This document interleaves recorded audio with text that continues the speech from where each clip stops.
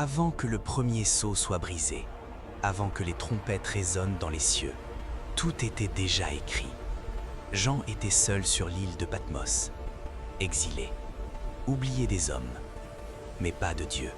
Le vent frappait les rochers comme s'il portait le poids lunaire qui touchait à sa fin. Rome avait fait taire sa voix, mais le ciel, lui, ne pouvait être réduit au silence. Et soudain, une lumière, une présence, une voix comme le fracas de Milo. Je suis l'alpha et l'oméga, le premier et le dernier. Ce que Jean allait voir cette nuit-là changerait l'humanité pour toujours. Voici la révélation complète, l'Apocalypse, tel que Jean l'a vécu. Jean se retourna, et ce qu'il vit le cloua sur place. Ce n'était plus l'homme qu'il avait connu sur les routes de Galilée. C'était le Seigneur ressuscité, dans toute sa gloire. Ses yeux brillaient comme des flammes de feu. Ses cheveux, blancs comme la neige. Ses pieds, comme du bronze incandescent. Et de sa bouche sortait une épée tranchante, à double tranchant. Jean tomba face contre terre, sans force, sans souffle. Mais la voix se posa sur lui, douce et absolue. N'aie pas peur, je suis le premier et le dernier, celui qui vit. J'ai été mort, et me voici vivant pour toujours. Puis l'ordre tomba, clair comme la foudre. Écris ce que tu vois, ce qui est, et ce qui doit arriver.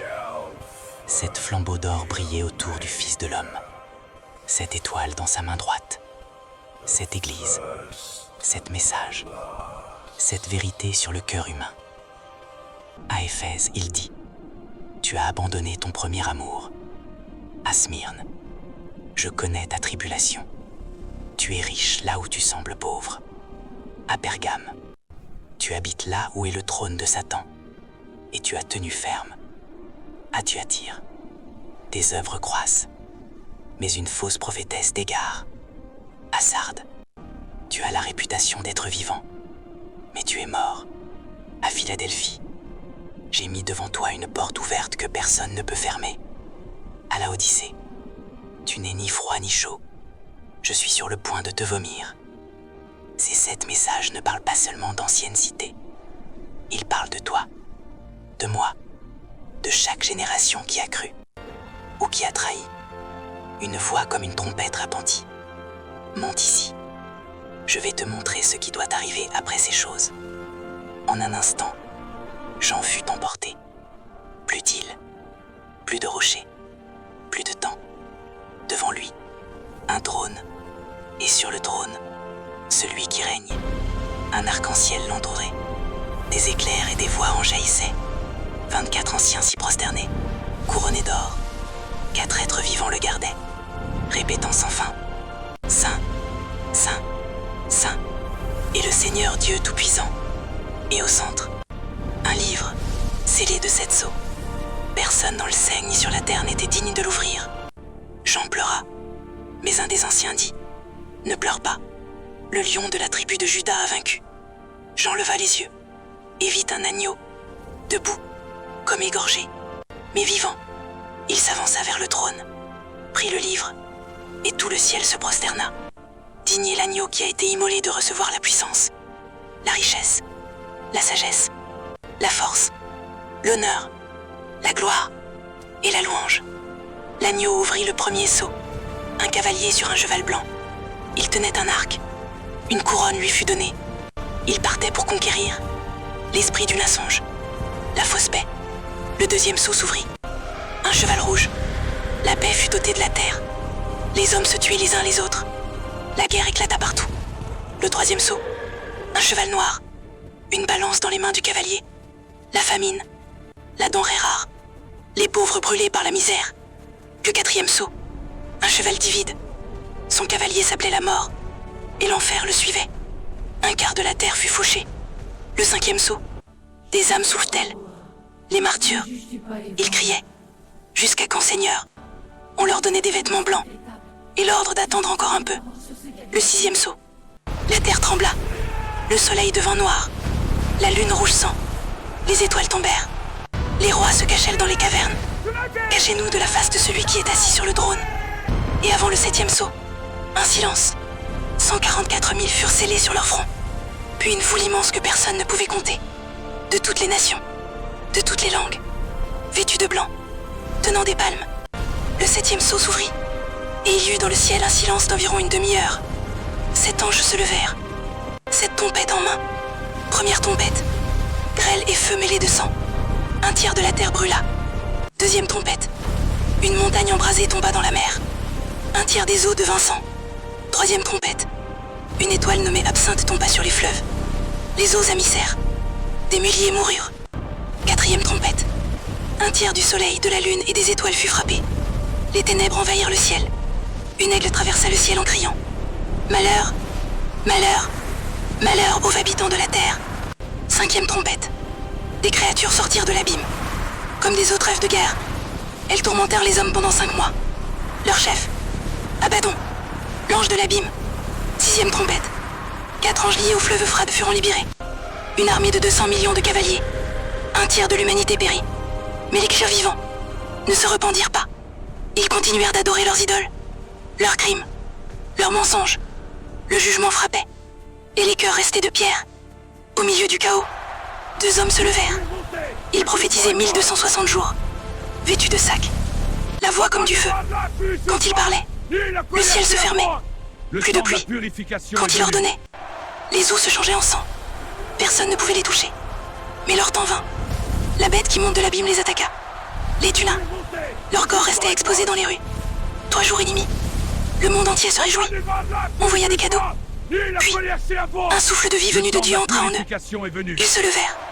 Une fois du ciel dit « Montez ici ». Et ils montèrent dans une nuée, sous les yeux de leurs ennemis. Un grand tremblement de terre secoua la ville. 10 000 morts. Et les survivants, frappés de terreur, donnèrent gloire au Dieu du ciel. Un grand signe apparut dans le ciel. Une femme vêtue du soleil. La lune sous ses pieds. 12 étoiles en couronne.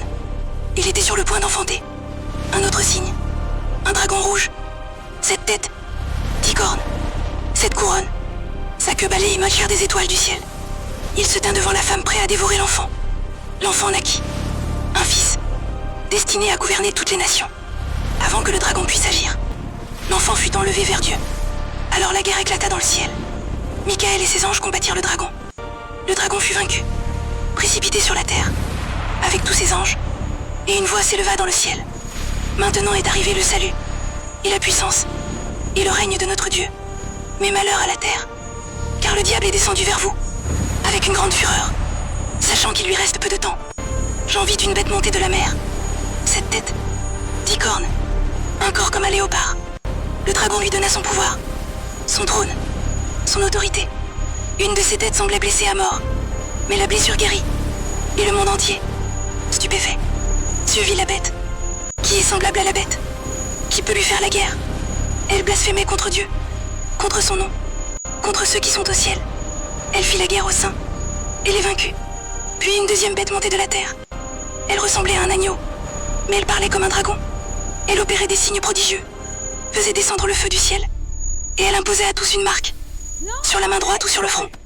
Personne ne pouvait acheter au ventre sans cette marque. Et son nombre était 666. Le chiffre de l'homme, de l'imperfection élevé au rang de Dieu. Le système du monde qui exige ta loyauté, ou d'exclus. 7 anges sortirent du temple, vêtus de l'impur, 10 coupes d'or dans les mains, remplies de la colère de Dieu. Première coupe, des ulcères douloureux sur ceux qui portaient la marque. Deuxième coupe, la mer devint comme du sang. Chaque être vivant mourut. Troisième coupe, les fleuves et les sources d'eau devinrent sang. Quatrième coupe, le soleil brûla les hommes avec une chaleur insupportable. Ils blasphémèrent le nom de Dieu et ne se repentirent pas. Cinquième coupe, le trône de la bête plongeait dans les ténèbres. Les hommes se mordaient la langue de douleur. Sixième coupe, le fleuve Euphrate se dessécha. Les rois de la terre furent rassemblés pour la grande bataille, à un endroit appelé Armageddon. Et avant le 7e sceau, une voix venant du trône cria « C'est fait !» La grande Babylone fut rappelée devant Dieu, pour recevoir le calice de sa colère. Des éclairs, du tonnerre, un séisme comme jamais la terre n'en avait connu. Un ange puissant descendu du ciel. La terre resplendit de vacarme. Il cria d'une voix forte. Elle est tombée. Elle est tombée, Babylone la Grande. La grande cité qui régnait sur les rois de la terre. Celle qui avait séduit les nations par son luxe et son immoralité. Elle brûlait. Et la fumée montait pour les siècles des siècles. Les marchands pleuraient au loin. Malheur. Malheur à cette grande ville. En une seule heure, tant de richesses ont été dévastées. Mais dans le ciel, une clameur d'allégresse. Alléluia. Le salut. La gloire et la puissance appartiennent à notre Dieu. Babylone n'est pas seulement une ville. C'est un système. Une façon de vivre sans Dieu. De s'enrichir aux dépens des âmes. Et ce système-là finit toujours par brûler. Et Jean vit un cheval blanc. Sur lui un cavalier. Son nom, fidèle et véritable. Ses yeux, comme des flammes de feu. Sur sa tête, de nombreuses couronnes. Il était vêtu d'un manteau teint de sang.